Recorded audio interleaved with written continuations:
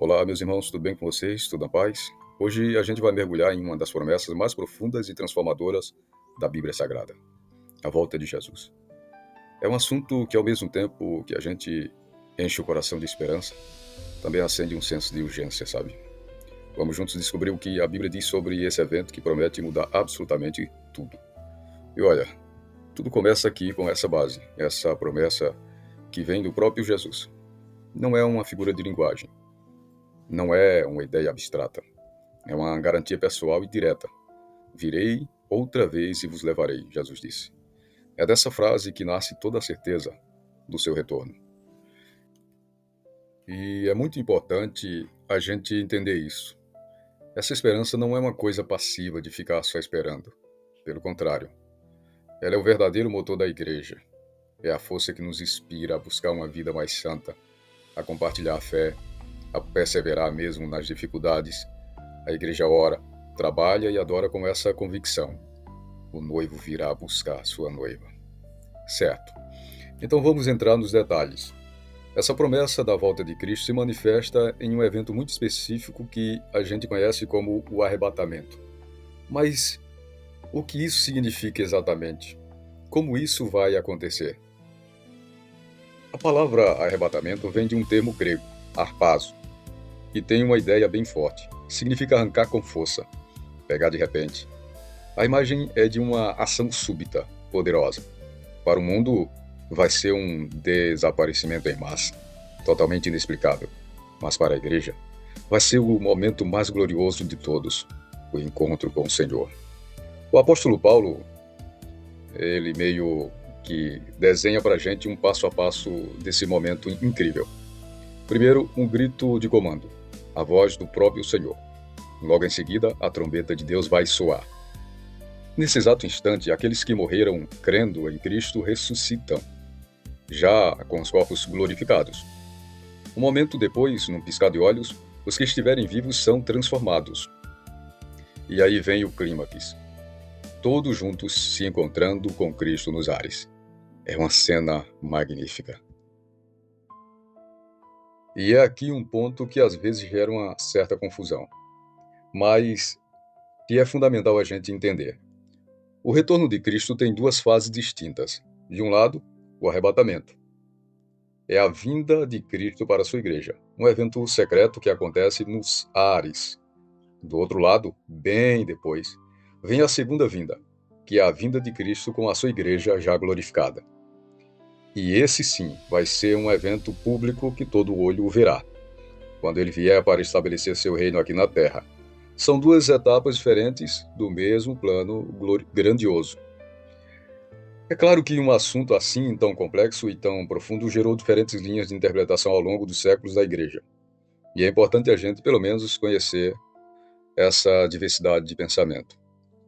Só para a gente alinhar os termos, o campo do estudo que se dedica a esses eventos do fim dos tempos é a escatologia.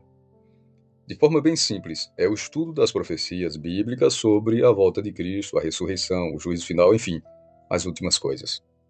Bom, a principal divergência entre os teólogos é sobre quando o arrebatamento vai acontecer em relação àquele período de 7 anos de grande tribulação ou grande aflição na terra, conhecido como a grande tribulação.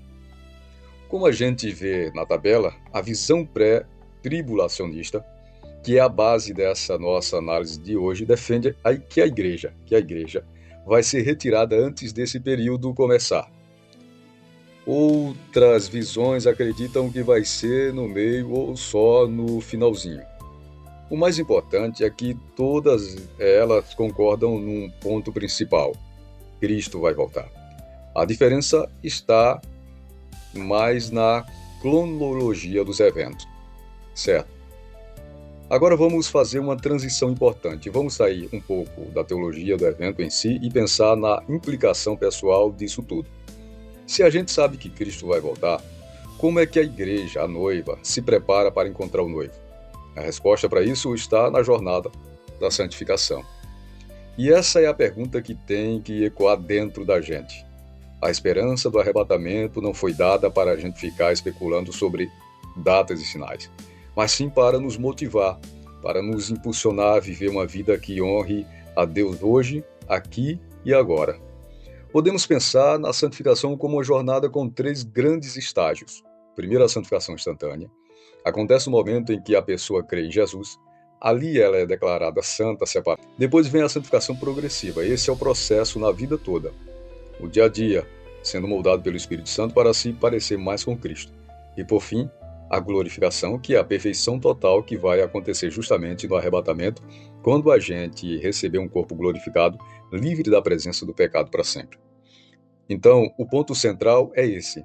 A certeza do que vai acontecer no futuro deve gerar urgência no nosso presente. A preparação para o encontro com Cristo não é passiva, mas exige vigilância e fidelidade constante. Então, na prática, como é a preparação? A Bíblia nos dá um roteiro claro. Tudo começa com amar a vinda dele, ou seja, desejar isso de verdade. Esse desejo nos leva a esperar ativamente, com aquela consciência de que pode ser hoje, pode ser a qualquer momento. E essa espera se reflete em viver fielmente no cotidiano. A gente também pode apressar a vinda dele, sabe como?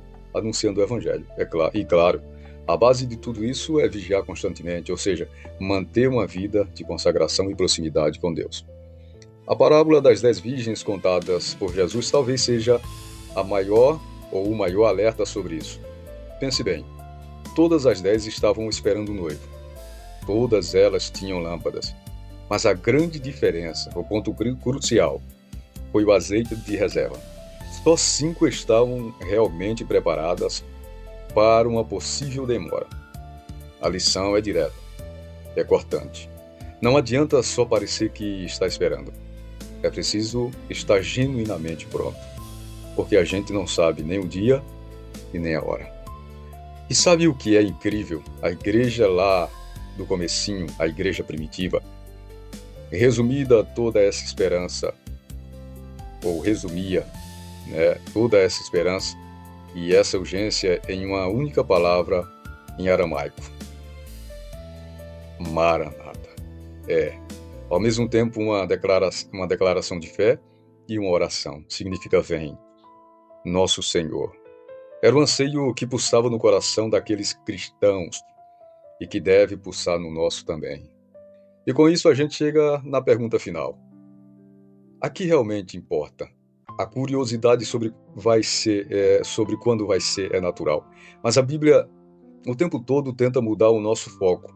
A mensagem do arrebatamento não é um convite para a gente virar detetive de profecias, mas sim um chamado para a gente olhar para o nosso próprio coração. A pergunta crucial que atravessa os séculos e chega até hoje, até nós, é esta: se a trombeta soasse agora, nós estaríamos prontos? Comente aí. Se a trombeta soar agora, você está preparado?